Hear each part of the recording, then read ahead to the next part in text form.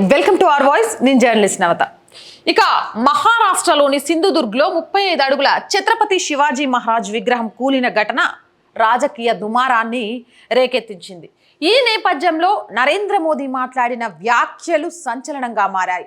దేశ ప్రధాని అయిన తప్పు జరిగితే తల వంచి క్షమాపణలు చెప్పడంలో ఎప్పుడు వెనుకడుగు వేయరు అంటూ నరేంద్ర మోదీకి సంబంధించి అనేక సందర్భాల్లో మనం మాట్లాడుకున్నాం.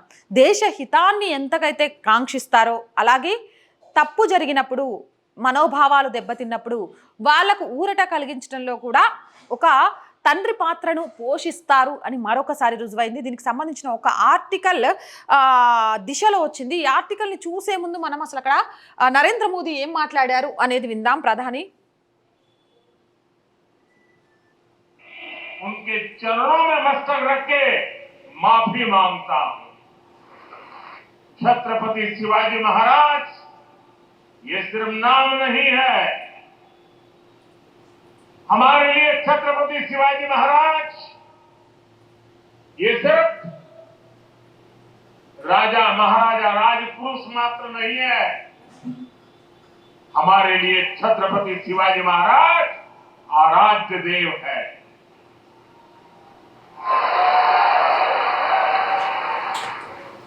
और मैं आज सर झुका करके मेरे आराध्य देव छत्रपति शिवाजी महाराज की उनके चरणों में मस्तक रख के माफी मांगता हूं।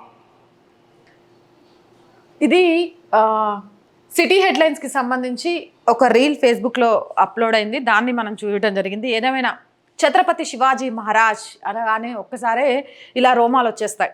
ఆయనకు సంబంధించిన విగ్రహాన్ని చూస్తే ఏదో ఒక పవర్ మనలోకి వచ్చినట్టుగా అనిపిస్తుంది. ఆయనకు సంబంధించిన చరిత్రను చదువుతూ ఉంటే ఈ దేశ రక్షణ కోసం మనం కూడా ఒక సమిధలా మారిపోయి ప్రాణాలు పోయినా పర్వాలేదు అనిపిస్తుంటుంది. అలాంటి ఛత్రపతి శివాజీ మహారాజ్ గురించి మోదీ మాట్లాడిన వ్యాఖ్యలు వింటుంటే నిజంగా నాకు గూస్ బంప్స్ వచ్చాయి. మీకేమనిపిస్తుందో కూడా కామెంట్ సెక్షన్లో తెలియజేయండి. అసలు ఎందుకు ఛత్రపతి శివాజీ మహారాజ్కి సంబంధించి ప్రధాని మోదీ క్షమాపణలు చెప్పాల్సి వచ్చింది అనేది నేను చెప్పే ముందు నిజంగా కూడా ప్రధాని మోదీ చెప్పినట్టు ఛత్రపతి శివాజీ మహారాజ్ నిజంగా కూడా ఆయన ఒక మహారాజో ఒక రాజ్యాన్ని పరిపాలించిన వ్యక్తో కాదు, సనాతన ధర్మాన్ని దేశహితాన్ని కోరుకునే ప్రతి ఒక్కరికి భగవంతుని స్వరూపం. మనం దేశం కోసం ప్రాణాలను పణంగా పెట్టినా ఏం కాదు, మన మొక్కలు పణంగా పెట్టడం కాదు, మనలాగా స్ఫూర్తినిచ్చే కొన్ని లక్షల కోట్ల మందిని తయారు చేయాల్సిన అవసరం ఉంది. ఎందుకంటే ఈ సనాతన ధర్మాన్ని నాశనం చేయడానికి ప్రతి యుగంలో ప్రతి శతాబ్దంలో ప్రతి దశాబ్దంలో రాక్షస మూక సిద్ధంగా ఉంటుంది. కాబట్టి దాన్ని ఎదుర్కోవడానికి ప్రతి ఇంట్లో కూడా ఒక శివాజీ మహారాజ్ని తయారు చేయాలి అనే ప్రతిమ బూనిన వ్యక్తి. నిజంగా మోదీ గారు మాట్లాడుతుంటే మాత్రం నిజంగా బూస్ బంప్స్ వచ్చేసినాయి నాకు ఛత్రపతి శివాజీ మహారాజ్ గురించి మాట్లాడుతుంటే. మీకు కూడా ఏమనిపించిందో చెప్పండి. అసలు ఎందుకు క్షమాపణ చెప్పాల్సి వచ్చింది అనేది ఆర్టికల్లోకి వెళ్తే మహారాష్ట్రలోని సింధుదుర్గ్లో 35 అడుగుల ఛత్రపతి శివాజీ విగ్రహం కూలిన ఘటన రాజకీయ దుమారం రేగుతుంది.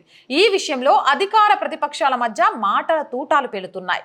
ఈ నేపథ్యంలో శుక్రవారం మహారాష్ట్రలో పర్యటించిన ప్రధాని నరేంద్ర మోదీ ఈ ఘటనపై క్షమాపణలు కోరారు. ఛత్రపతి శివాజీ మహారాజ్ అంటే నాకు పేరు మాత్రమే కాదని ఆయన నా ఆరాధ్య దైవం అన్నారు. నరేంద్ర మోదీకే కాదు, భారతదేశంలో సనాతన ధర్మాన్ని విశ్వసించే ప్రతి ఒక్కరికి కూడా ఆయన ఆరాధ్య దైవమే. విగ్రహం కూలిపోయిన ఘటనలో నా దేవుడు ఛత్రపతి శివాజీ మహారాజ్కి శిరస్సు వంచి క్షమాపణలు చెబుతున్నారు. అంతేకాదు శివాజీని తమ దైవంగా భావించేవారు ఈ ఘటన వల్ల తీవ్ర వేదనకు గురయ్యారు. వారికి కూడా నా క్షమాపణలు. మనకు ఈ దైవం కంటే గొప్పది మరేమీ లేదు అన్నారు. ఇవాళ పాల్ఘర్లో పర్యటించిన మోదీ అక్కడ ఏర్పాటు చేసిన బహిరంగ సభలో మాట్లాడారు. అలాగే లోక్సభలో ప్రతిపక్ష నాయకుడు రాహుల్ గాంధీని ఉద్దేశించి పరోక్షంగా మోదీ విమర్శలు గుప్పించారు. గతంలో వారు వీర సావర్కర్ను నిందించారు, కానీ వారు ఇప్పటి వరకు క్షమాపణలు కోరలేదని దుయ్యబట్టారు. సార్ మోదీ గారు ఏం ఎక్స్పెక్ట్ చేస్తున్నారు? ఇక్కడ మా సీట్లు మాత్రమే మాకు ముఖ్యం, అధికారం మాత్రమే మాకు ముఖ్యం. ఆఖరికి ఖర్గే చెప్పిండు జమ్మూ కాశ్మీర్లో గనక మాకు గెలిపిస్తే భారతదేశం మా గుప్పెట్లోకి వస్తుందని. ఈ దేశాన్ని గుప్పెట్లో పెట్టుకొని తమ ఇష్టం వచ్చినట్టు తైతక్కలాడాలి అనుకునే వాళ్ళకి వీర సావర్కర్ గొప్పతనం, శివాజీ మహారాజ్ గొప్పతనం, భారతదేశ గొప్పతనం ఎక్కడ తెలుస్తుంది? క్షమాపణ అనే పదం వాళ్ళ నోరు నుంచి ఎలా వస్తుంది? అది ఎక్స్పెక్ట్ చేయడం మన అత్యాశ అవుతుందేమో. అలా వాళ్ళకు బుద్ధి చెప్పాల్సిన ఓటు అనే ఆయుధాన్ని ఉపయోగించుకోవడంలో ప్రజలు ఎందుకు వెనుకంజ వేస్తున్నారో అర్థం కావట్లేదు. ఇక్కడ మతాలకు అతీతంగా దేశం కావాలి. ఈ దేశం బాగుంటేనే ఏ మతమైనా ఉండగలుగుద్ది. ఈరోజు బంగ్లాదేశ్ ఒక ముస్లిం దేశం అయినా కూడా ఆ దేశం నుంచి పారిపోయి ముస్లింలు రోహింగ్యాలు భారత్లోకి రావాలనుకుంటారు. ఎందుకు? ముస్లింలకు ముస్లిం దేశంలోనే రక్షణ లేదు, కానీ ఈ భారతదేశంలో రక్షణ ఉంటుందని విశ్వసిస్తున్నారు. అది ఈ దేశం గొప్పతనం. షేక్ హసీనా ఒక మహిళ, సరే ముస్లిం మహిళ అనేది పక్కన పెట్టేస్తే ఒక మహిళ, 46కు పైగా ముస్లిం దేశాలు ఉన్నాయి, కానీ ఒక మహిళకు ఆశ్రయం కల్పించడంలో విఫలమైపోతే భారతదేశం ఆ మహిళకు రక్షణగా నిలిచింది. అది ఈ భారతదేశం యొక్క గొప్పతనం. ఈ దేశం గొప్పతనం తెలుసుకోలేని వాళ్లకు మతాలను కులాలను బూచిగా చూపిస్తూ విభజించి పాలించాలి సీట్ల కోసం అని ఆశించే వాళ్లకు ఓట్లేస్తున్న ప్రజలు మేలుకోవాలి. భారతీయులమనే తత్వం ఉన్న ఎవరూ కూడా భారతదేశ హితాన్ని కాకుండా భారతదేశాన్ని తమ గుప్పెట్లో పెట్టుకోవాలనే ఆలోచన ఉన్న వాళ్ళకు ఒక్క ఓటు అంటే ఒక్క ఓటు కూడా వేయకూడదు. అవునంటారా కాదంటారా? ఏదేమైనా వీర సావర్కర్ గురించి, శివాజీ మహారాజ్ గురించి, ఝాన్సీ లక్ష్మీబాయి గురించి, భగత్ సింగ్ గురించి ఇలా చెప్పుకుంటూ పోతే ఈ దేశం కోసం తమ కుటుంబాన్ని, తమ ప్రాణాన్ని, తన పర్సనల్ లైఫ్ని దేన్నైనా త్యాజ్యం చేయడానికి సిద్ధంగా ఉండాలి అని ఆదర్శంగా నిలిచిన వాళ్ళ గురించి పొగడడం కానీ, భారత్ మాతాకి జై అని పలకడానికి ఇష్టపడకుండా వందే మాతరం అంటే ఒక వర్గం ఓటు బ్యాంకు పోతుందని వందే మాతర పదాన్నే తీసేయాలి అనుకునే వాళ్ళకి ఎప్పటికి బుద్ధి వస్తుంది అంటారు? ఓట్లు పడకుండా ఉన్నప్పుడు మరి అది ఎవరి చేతుల్లో ఉంది? ప్రజల చేతుల్లోనే ఉంది. ఇది నిజంగా రాజకీయ దుమారం కాదు. సమాజ హితం గురించి, జాతీయవాదం గురించి, జాతీయతత్వం గురించి ఆలోచించేటప్పుడు ఒకసారి ఆలోచించాల్సిన అంశం. ఎందుకు వందే మాతరం అనే పదాన్ని, ఎందుకు ఈరోజు వందే మాతర గీతాన్ని ఎందుకు ఆలపించడంలో ఆలస్యం జరుగుతోంది? క్రిస్టియన్ స్కూళ్ళలో స్కూల్ పాటట వాళ్ళ పాడేస్తారు, ఇస్లామిక్ స్కూళ్ళలో వాళ్ళ మతబోధన చేస్తారు, కానీ మిగిలిన జనరల్ స్కూల్స్లో సరస్వతి నమస్తుభ్యం వరదే కామరూపిణి అని చెప్పనియరు. ఎందుకంటే హిందువులను సెక్యులర్గా బతకమంటారు. సరే బతికేస్తాం, కానీ వందే మాతరం అంటూ ఈ తరం, రేపటి తరం దేశ హితం కోసం బ్రతకాలి అని చెప్పేదాన్ని కూడా మేమెవ్వరికి వందే మాతరం మనం, మా భగవంతుడికి మాత్రమే అంటామంటే సెక్యులర్ అనే ముసుగులో వందే మాతరాన్ని కూడా తొక్కేసిన కాంగ్రెస్ పార్టీ గురించి ఇంతకంటే ఏం మాట్లాడగలం? వీర సావర్కర్ లాంటి ఆయన గురించి మాట్లాడినప్పుడు ఆయనకు క్షమాపణ చెప్తారని ఎలా ఆశించగలం? 2.36 కోట్ల వ్యయంతో మహారాష్ట్ర ప్రభుత్వం శివాజీ మహారాజ్ విగ్రహాన్ని ఏర్పాటు చేసింది. గత ఏడాది ఆగస్టు 26న నేవీ డే సందర్భంగా ప్రధాని నరేంద్ర మోదీ ఈ విగ్రహాన్ని ఆవిష్కరించారు. ఇటీవల ఈ విగ్రహం కూలిపోయింది. రాష్ట్రంలో కురిసిన వర్షాల కారణంగానే ఈ విగ్రహం కూలినట్లు భావిస్తున్నారు. ఈ నేపథ్యంలో ఘటనపై ప్రతిపక్షాలు ప్రభుత్వంపై తీవ్ర స్థాయిలో విమర్శలు గుప్పిస్తున్నాయి. మహారాష్ట్ర పర్యటనకు వచ్చిన మోదీ ఈ ఘటనపై పై విధంగా స్పందించారు. కాగా వచ్చే ఏడాది మహారాష్ట్ర అసెంబ్లీ ఎన్నికలు జరగనున్నాయి. దీంతో ఆ రాష్ట్ర రాజకీయాలు రోజు రోజుకు రసకందాయంగా మారుతున్నాయి. చూసారా, వీర సావర్కర్కి క్షమాపణ చెప్పడం రాదు, వందే మాతరం అనడం రాదు, రాములోరికి జై శ్రీరామ్ అనడం రాదు, సనాతన ధర్మాన్ని కాపాడటం రాదు, భారతదేశంలోని ప్రజలను పాలించాలే తప్ప గుప్పెట్లో పెట్టుకోకూడదు అనే విషయం తెలియదు. కానీ ఎన్నికలు వస్తున్నాయి అంటే ఓటు బ్యాంకు రాజకీయాలు చేయడానికి కూలిన శివాజీ మహారాజ్ విగ్రహాన్ని కూడా వాడుకునే దుస్థితికి ఈరోజు కాంగ్రెస్ ప్రభుత్వం, ప్రతిపక్షాలు వెళ్తున్నాయంటే అంతకంటే దరిద్రం మరొకటి లేనిది. ఏది ఏమైనా కానీ ఎక్కడ నెగ్గాలో కాదు, ఎక్కడ తగ్గాలో కూడా తెలిసిన వాడే నిజమైన మనిషి అని చెప్తారు.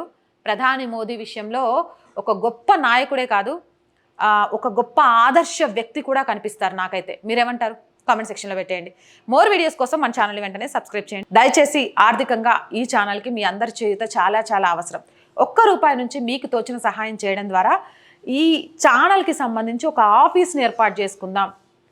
అండ్ శాలరీస్ విషయం కానీ, ఎక్విప్మెంట్ విషయం కానీ, నిజంగా ప్రతిరోజు మిమ్మల్ని ఇలా అడగడం కొంత బాధాకరమే అనిపిస్తున్నా, ఇది మనందరి ఛానల్ కాబట్టి మన ఇంట్లో వాళ్ళని అడగడంలో తప్పేముంది అని కూడా అనిపిస్తోంది. మేము బ్రేక్ ఈవెన్కి చేరుకునే వరకు, అంటే ఒక 1.5 ఇయర్ అయితే టైం పడుతుంది బ్రేక్ ఈవెన్కి చేరుకోవడానికి. అప్పటిదాకా మీ అందరి ఆర్థిక చేయూతను అందించండి. ఆ తర్వాత బ్రేక్ ఈవెన్కి చేరుకున్న తర్వాత మీ నుంచి ఏమీ ఆశించము. ఖచ్చితంగా కూడా సనాతన ధర్మాన్ని, జాతి హితాన్ని, జాతీయ భావాన్ని ప్రజల్లోకి తీసుకెళ్లడానికి మాత్రం వెన్ను చూపకుండా పనిచేస్తాం. చాలా ప్రోగ్రామ్స్ చేయాలనుంది, ప్రజల్లోకి వెళ్ళాలనుంది, ఇంకా రౌండ్ టేబుల్స్ పెట్టాలనుంది. డ్రగ్స్ మీద పోరాటానికి అవగాహన కల్పిస్తూ స్కూల్స్లో, కాలేజెస్లో, స్లమ్ ఏరియాలలో కార్నర్ మీటింగ్స్ పెట్టాలనుంది. కానీ ఇవన్నీ చేయాలి అంటే ఆర్థికంగా చేయూత బలం చాలా అవసరం. ఆర్థికమైన బలం నా ఒక్కదాంతో కాదు. ఛానల్ స్టార్ట్ చేసినప్పుడు సబ్స్క్రిప్షన్ కూడా నేను ఒక్కదాన్నే. ఆ ఒక్కటి ఈరోజు 1,00,000 దాటిపోయింది. అలాగే మీ అందరూ తలుచుకుంటే మన దేశహితమైన మన ఛానల్ ఆలోచనలు కూడా ముందుకెళ్తాయి. కాబట్టి ఆర్థికంగా దయచేసి అందరూ సపోర్ట్ చేయండి. చేయాలి అనుకునే వాళ్ళు సబ్స్క్రిప్షన్ పక్కనే జాయిన్ అనే ఆప్షన్ కనిపిస్తుంది. 1 to 5 లెవెల్స్ ఉంటాయి. ఏదో ఒక లెవెల్లో సపోర్ట్ చేయండి. లేదా స్క్రీన్ మీద గూగుల్ పే, ఫోన్పేతో పాటు అకౌంట్ డీటెయిల్స్ కూడా ఉంటాయి. మళ్ళీ చెప్తున్నాను, రూపాయి నుంచి మీరు చేసే ప్రతి చిన్న సహాయం కూడా ఈ ఛానల్ నిలబడడానికి, ఇంకా ముందుకు వెళ్ళడానికి ఉపయోగపడుతుంది. కానీ ఒక మాట అయితే ఇస్తున్నాం, ప్రభుత్వానికి ప్రజలకి వారధిగా ఉండడంతో పాటు జాతీయవాదాన్ని, సనాతన ధర్మాన్ని నిలబెట్టడంలో ఎట్టి పరిస్థితుల్లో వెన్నుచూపమని. అలాగే ఛానల్ చూస్తున్న ప్రతి ఒక్కరూ సబ్స్క్రైబ్ చేశారా లేదా చెక్ చేయండి. మీ చుట్టూ ఉన్న వాళ్ళతో కూడా సబ్స్క్రైబ్ చేయించండి. వీలైనంత లైక్ చేయండి. ఎంత లైక్ చేస్తే మన వీడియోలు అంత షేర్ అవుతాయి. మీకు తెలిసిన ప్రతి ఒక్కరికి సమాజానికి ఉపయోగపడే కంటెంట్ ఉంటుంది అనుకుంటే మీకు తెలిసిన ప్రతి గ్రూప్లో కూడా ఈ వీడియోలను షేర్ చేయండి. జై భారత్.